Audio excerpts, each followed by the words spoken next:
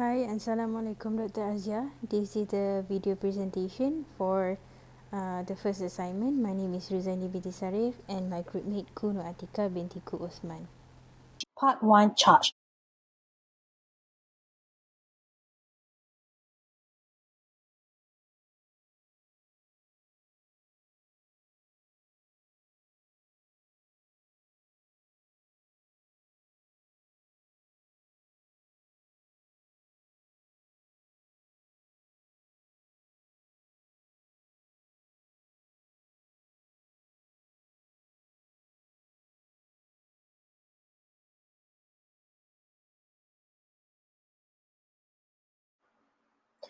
As such, the issue that arises is whether Great can dismiss the order for sale against Klang Land that was made by Bank Emas Berhad. Once the charge has been registered, then the chargee has the rights to consolidate land as can be referred to Section 245 of the NLC. However, rights to consolidate is invalid if an order for sale has been obtained.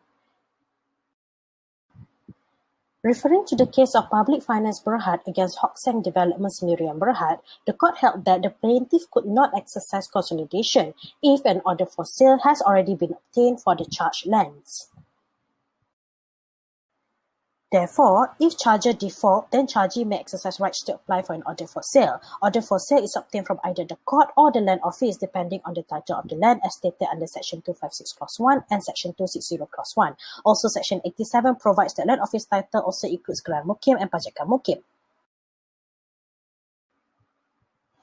Here, Section 256 Clause 1 provides for registry title, order for sale is obtained from the High Court, whereas Section 260 Clause 1 for land office title, order for sale is obtained from the land office, and Section 87 provides that land office title also includes Geran Mukim and the Pajakan Mukim.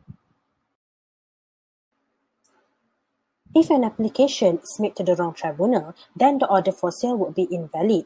This can be referred to the case of Tan Teng Pon against Wong Fuk Shang, where the court held that an application of an order for sale must be made to the relevant tribunal that has the jurisdiction to hear the matter. It has also been established in the case of Lo Li Lian that an order for sale is not granted if there is an existence of cause to the contrary. This can be seen in the case of public finance where order for sale is not granted if there is fraud, and in the case of Tan Teng Pon, order for sale is not granted if application is made to the wrong tribunal. Also, in the case of Puman Singh against Koh Kwang Chun, an order for sale is not granted if it is against the rule of law. The rule of law here refers to when charge was created against any written provisions.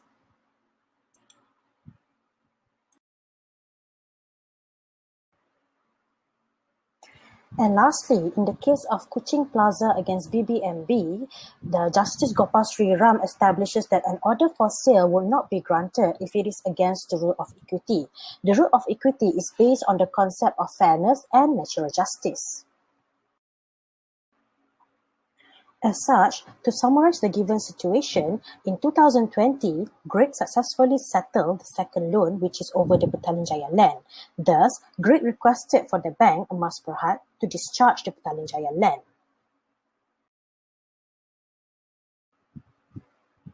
However, Bank Emas Berhad refuses to do so unless Great also settled the first loan over the Klang land that was made back in the year 2000.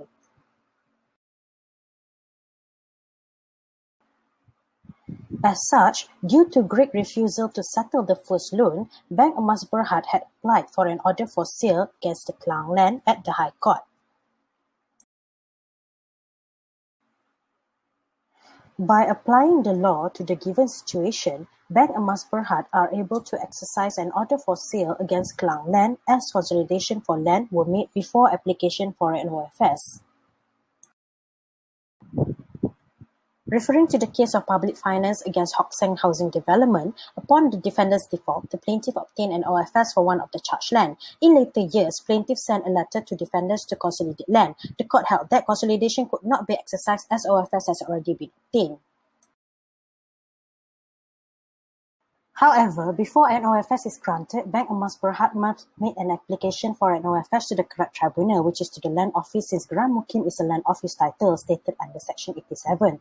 Thus, since Bank Emas Berhad wrongfully applied to the High Court, then Great can dismiss the application for an OFS against the Klang land. As discussed in the case of Tan Teng Pong against Wong Fuk Shang, under this case, the charged land was held under the land office title. However, the chargee had applied for an OFS to the High Court. Therefore, the court held that it had no jurisdiction to hear the case. As such, the principle stated under Tan Teng Pon can be further strengthened in the case of Lo Li Lian, where Justice Gopal Sri Ram held that an OFS would not be granted if the chargee failed to comply with the condition precedent that is applying to the right tribunal. I'll be discussing on the second situation, which is under the topic of easement. The fact given is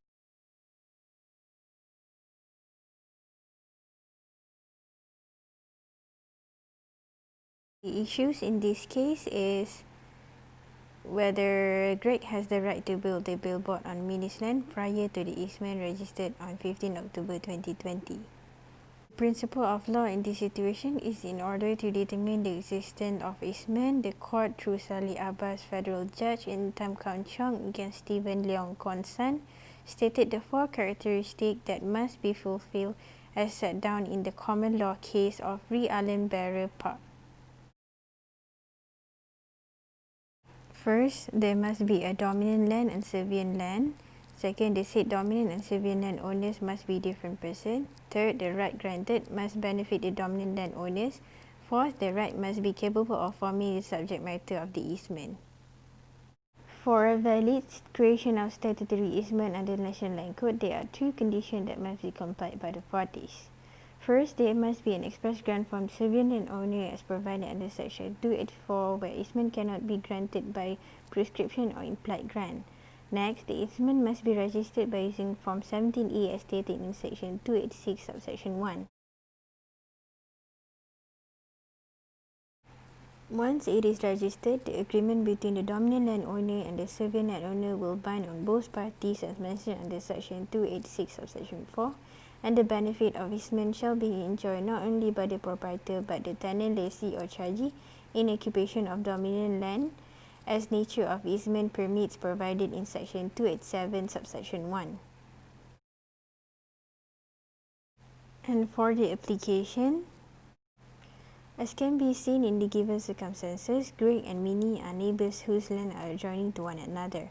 On 1 September 2020, they agreed for a right-of-way and a billboard to promote Greg's business are to be constructed on Minnie's land since it is situated closer to public road. However, after registering the easement on 15 October 2020, Greg is not allowed to proceed with his plan.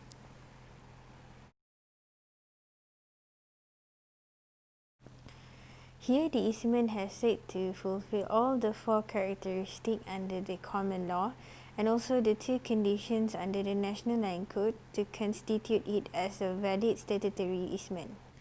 The finding of the application is firstly, it is agreed that Minnie as a servient landowner would grant such rights to Greg as a dominant landowner pursuant to an agreement made between them on 1 September 2020, subject to a right-of-way and also a billboard to advertise Greg's construction business as provided under Section 284.